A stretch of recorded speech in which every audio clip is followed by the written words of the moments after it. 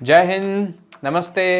मैं ऋषिराज मोरी इनविंसिबल के अहमदाबाद स्टूडियो से आप सारे लोगों का इस ब्रीफिंग सेशन में स्वागत करता हूं। इनविंसिबल इंडिया का लार्जेस्ट ट्रैकिंग ऑर्गेनाइजेशन है, जहां पर हर साल 30,000 से ज़्यादा यंगस्टर्स अलग अलग कैंप में ट्रैकिंग कैंप्स में पार्टिसिपेट करते हैं। इस ब्रीफिंग सेशन में हम बात करेंगे स्नो ट्रैकिंग इन डलहौसी के बारे में। अगर आप इस वीडियो को देख रहे हैं तो पक्का आपने इनविंसिबल के स्नो ट्रैक इन डलहौसी इवेंट में रजिस्टर किया होगा। ड्यूरिंग दिस सेशन हम बात करेंगे डलहौसी के बारे में, इस इवेंट के बारे में, इस इवेंट के शेड्यूल के बारे में, प्लस आपको इस इवेंट में जाने से पहले कौन सी चीज़ों के लिए प्रिपेयर करना है उसके बारे में। इन शॉर्ट, ये एक कंप्लीट गाइड वीडियो है जो आपको इस इवेंट से पहले की प्रिपरेशन में हेल्प करेगा। नॉर्थ इंडिया के हिमाचल प्रदेश में चंबा करके एक डिस्ट्रिक्ट है और चंबा डिस्ट्रिक्ट का एक बहुत ही इंपॉर्टेंट प्लेस है डलहौसी। डलहौसी नाम से ही पता चलता है कि कहीं ना कहीं ये नाम लॉर्ड डलहौसी के नाम से आया होगा, कि जो बहुत टाइम पहले ईस्ट इंडिया कंपनी का एक वाइसरॉय हुआ करता था। डलहौसी की हाइट करीबन 6,000 फीट है। एक बहुत ही अच्छा हिल स्टेशन है। जब विंटर में आप यहाँ पर पहुँचते हैं तो ज़्यादातर टाइम पर डलहौसी आपको स्नो में ढका हुआ मिलता है। डलहौसी और डलहौसी के नियर अराउंड में रहे ये सारे स्पॉट्स, जिसमें काला टॉप भी है, खजियार भी है और डेनकुंड भी हैं, ये बहुत ही ब्यूटीफुल जगह बन जाती है, खास तौर से विंटर्स में जब थिक स्नो के लेयर्स में ये ढक जाती है।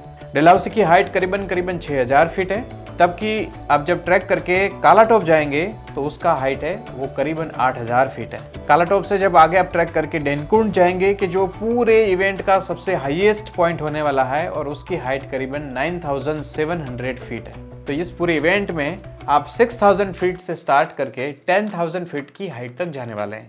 जब अंग्रेज यहाँ पर हुआ करते थे तो उन्होंने as a summer vacation time या फिर समर रिट्रीट के लिए डलहौसी करके ये पूरी जगह डेवलप की थी। और इस जगह को डेवलप करने वाला और कोई नहीं लेकिन लॉर्ड मैक्लोड था, जिसके नाम से दूसरा भी एक सिटी बसा हुआ है जो धर्मशाला के बगल में है, जिसको मैक्लोडगंज कहते हैं। डलहौसी में इंग्लिश मिलिट्री का एक फॉरवर्ड बेस भी हुआ करता था। आज़ादी के बाद यहाँ पर इंडियन एयरफोर्स के इम्पोर्टेंट एयर स्टेशन भी बने हुए हैं। डेनकुंड जिसकी हम बात करते हैं, वहाँ पर इंडियन एयरफोर्स का रडार स्टेशन भी है। और काला टॉप की जो सबसे ब्यूटीफुल विलेजेस में से गिना जाता है, जहाँ पर आज तक 200 से ज़्यादा मूवीज़ का शूटिंग हो चुका है। इसके साथ साथ खजियार, कि जिसको मिनी स्विट्जरलैंड ऑफ इंडिया भी कहा जाता है बिकॉज ऑफ इट्स टेरेन, उसको भी हम विजिट करेंगे। इसकी हाइट करीबन डलहौसी की जितनी है, जो कि 6,000 फीट पर स्थित है। हिमाचल प्रदेश के जितने भी हिल स्टेशन हैं उसमें से जिनकी हाइट करीबन 6,000 फीट के लेयर में है, वहाँ पर विंटर के टाइम पे आपको बेस कैंप में, मतलब कि वही हिल स्टेशन में ही स्नो मिल जाता है। जैसे कि अगर आप समर में डलहौसी जाते हैं तो आपको स्नो टच करने के लिए कहीं ना कहीं सांच पास तक जाना पड़ेगा, कि जो करीबन 400 किलोमीटर दूर है और हाइट में भी काफ़ी ज़्यादा है।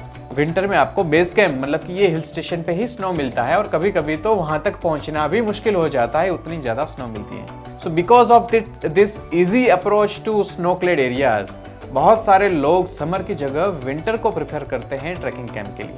अब बात करते हैं इस इवेंट के शेड्यूल के बारे में और इसके पैकेजेस के बारे में। इस इवेंट में ज्वाइन करने वाले ज़्यादातर लोग अहमदाबाद से ज्वाइन करते हैं। हालांकि कुछ लोग पठानकोट से डायरेक्टली भी ज्वाइन कर सकते हैं। कुछ लोग हैं जो अदर प्लेसेस से ट्रैवल करते हैं और वो डायरेक्टली डलहौसी से भी ज्वाइन करते हैं। इस इवेंट में ज्वाइन करने के मेन 3 पैकेज हैं, अहमदाबाद से, पठानकोट से और डलहौसी से। अब बात करते हैं शेड्यूल के बारे में। पहले दिन सुबह में करीबन 11 बजे अहमदाबाद से जम्मू तावी एक्सप्रेस के थ्रू सारे पार्टिसिपेंट्स यहाँ से डिपार्ट करते हैं। कभी कभी ये ट्रेन अपने शेड्यूल में थोड़ा सा फ़र्क भी होता है। जब रिपेयरिंग वगैरह वर्क, मेंटेनेंस वर्क चलता है तो ये ट्रेन अहमदाबाद की जगह साबरमती या फिर गांधीनगर कैपिटल से निकलती है। इसके बारे में कैंप निकलने से 2-3 दिन पहले ही आपको बता दिया जाएगा।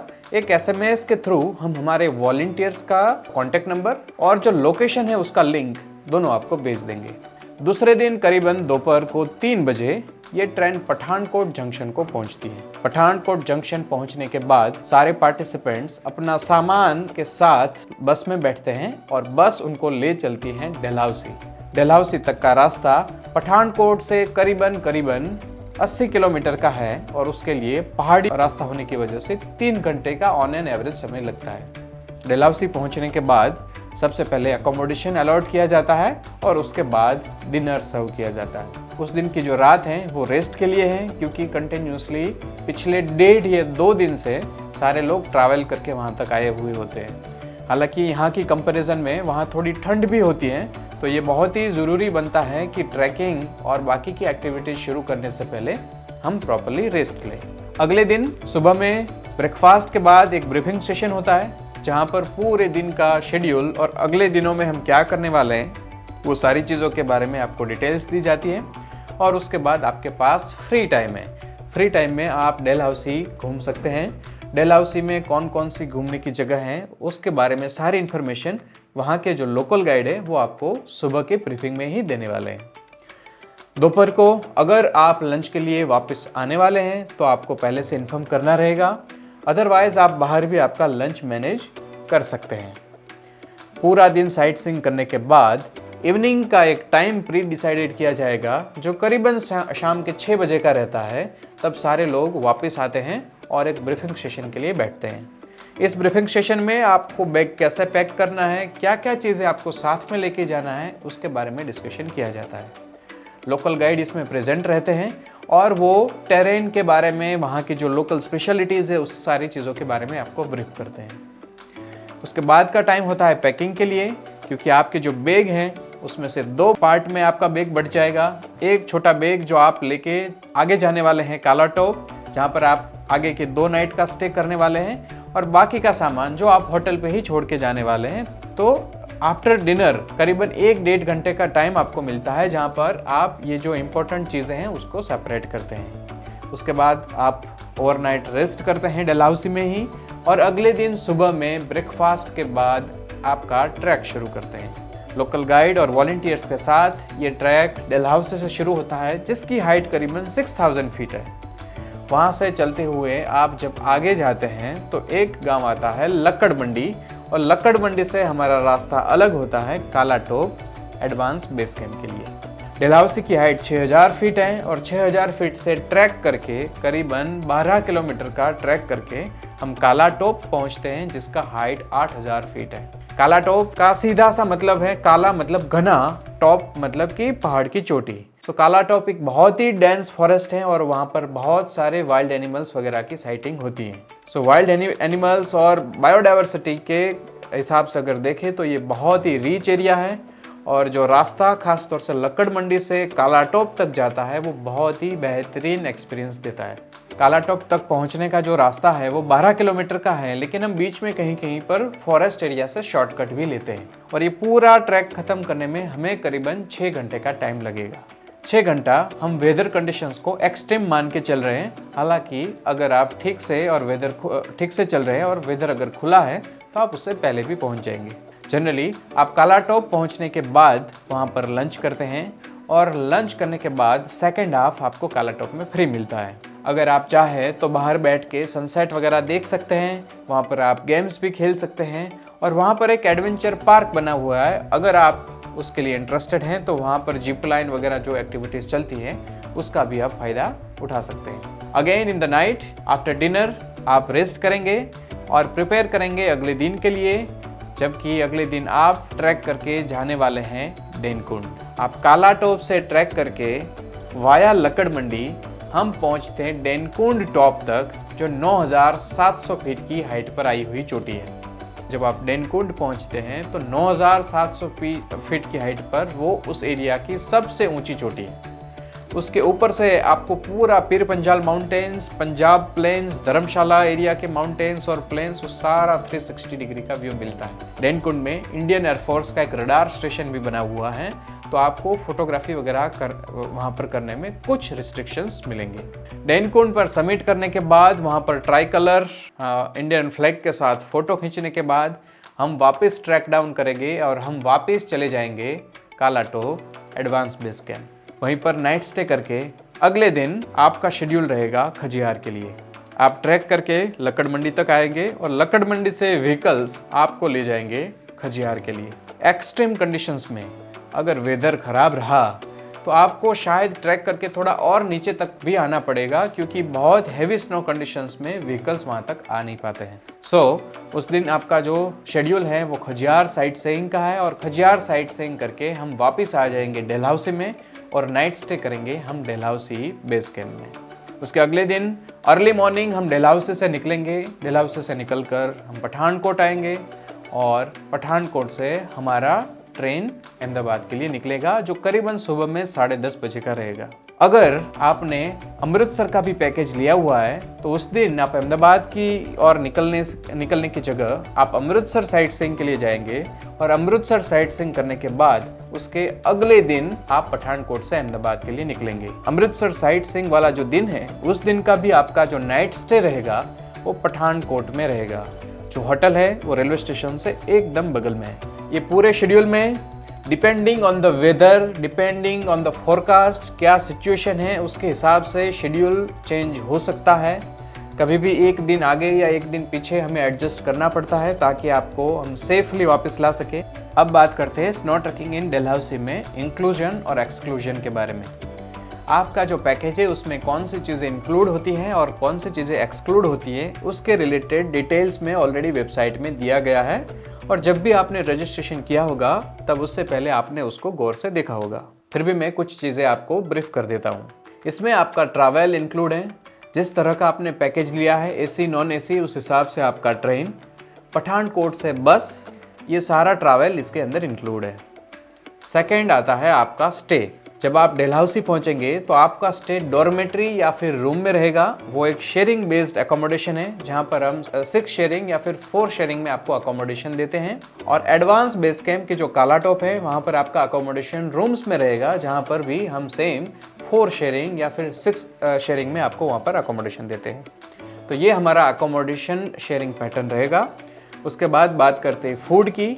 जब आप डलहौसी पहुंचते हैं उसके बाद ही आपका फूड जो है वो शुरू होगा, मतलब दूसरे दिन शाम से हम आपको फूड सर्व करेंगे।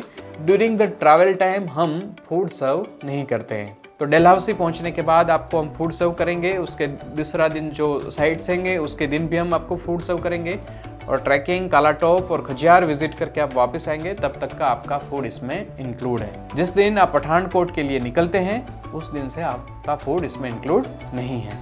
तो ये रहा आपका फूड का इंक्लूजन। उसके बाद करते हैं फर्स्ट एड के बारे में। इनविंसिबल के सारे ट्रैक के अंदर जो गाइड है वो फर्स्ट एड लेके चलते हैं। आई अंडरस्टैंड कि आपको फर्स्ट एड के बारे में बेसिक अंडरस्टैंडिंग रही होगी। ड्यूरिंग द ट्रैक अगर आपको कुछ बेसिक सी चीज़ें हो जाती हैं, जैसे कि आपको एंकल ट्विस्ट हुआ या फिर आपको कोई खरोच वगैरह आई या फिर आपकी हेल्थ थोड़ी ख़राब है, you need a pain killer, तो इस तरह की सारी बेसिक चीज़ें हमारे वॉलंटियर्स और हमारे जो लोकल गाइड है उनके बैग में आपके साथ रहेगी। इसके साथ इसमें फॉरेस्ट एंट्री फीस, जब कालाटॉप जो है वो रिजर्व फॉरेस्ट एरिया है उसमें एंट्री करने के लिए एक फॉरेस्ट एंट्री फ़ी लगती है, वो भी इसमें इंक्लूड की गई है। आपके साथ जो गाइड आने वाले हैं उनके जो चार्जेस है वो भी इसमें इंक्लूड किए गए हैं। कौन सी चीज़ें इसमें इंक्लूड नहीं की गई है, एक्सक्लूजन में क्या क्या चीज़ें आती हैं, जो भी मैंने इंक्लूजन की लिस्ट में नहीं बताया वो सारी चीज़ें एक्सक्लूड हैं। फिर भी कुछ रेफरेंस आपको दे देते हैं, जैसे कि बॉटल्ड ड्रिंकिंग वाटर कुछ लोग प्रेफर करते हैं तो वो इसमें इंक्लूड नहीं है। कुछ एडवेंचर एक्टिविटीज़ वहाँ पर आप सब्सक्राइब करते हैं, जैसे कि कालाटॉप में जो एडवेंचर पार्क है वहाँ पर आप जिप लाइन वगैरह एक्टिविटीज़ करते हैं तो वो इसमें इंक्लूड नहीं है। ड्यूरिंग द खजियार विजिट अगर आप पैराग्लाइडिंग या फिर जॉर्बिंग टाइप की जो रिक्रिएशनल एक्टिविटीज़ है वो करते हैं तो इसका चार्ज इसमें इंक्लूड नहीं है। तो ये रहा आपका इंक्लूजन एंड एक्सक्लूजन। अब बात करते हैं प्रिपरेशन के बारे में। कोई भी एडवेंचर कैंप के पहले उसके लिए प्रिपेयर होना बहुत ही ज़रूरी है, और प्रिपरेशन के मेन 2 पार्ट है। पहला पार्ट है फिजिकल प्रिपरेशन और दूसरा पार्ट है packing.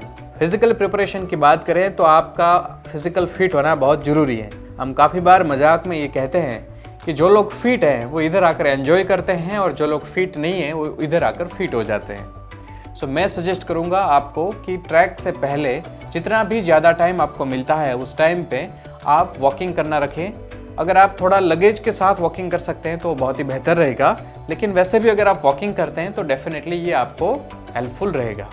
Walking is the best exercise. इसके साथ साथ आप प्राणायाम और योगा को भी इंक्लूड कर सकते हैं। To get fit for track आप कुछ एप्लीकेशंस भी यूज़ कर सकते हैं, जैसे कि एक एप्लीकेशन है जिसका नाम है होम वर्कआउट।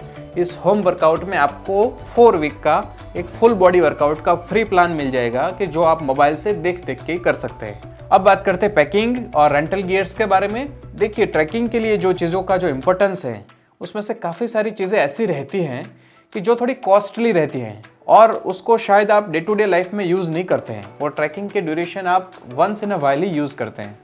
तो उस तरह की सारी चीज़ें इनविंसिबल के डलहौसी स्टोर में आप रेंटल ले सकते हैं।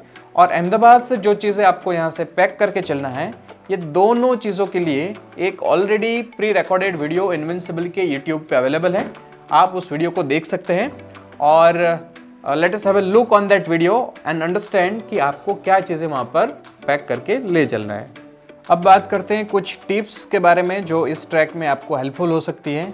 सबसे पहली बात तो ये है कि जो भी सामान आप पैक करते हैं उसको और पैक ना करें। जितनी चीज़ों का रिक्वायरमेंट है या पैकिंग लिस्ट में जितनी चीज़ों के बारे में बात की गई उतनी ही चीज़ें साथ में लेके चलें।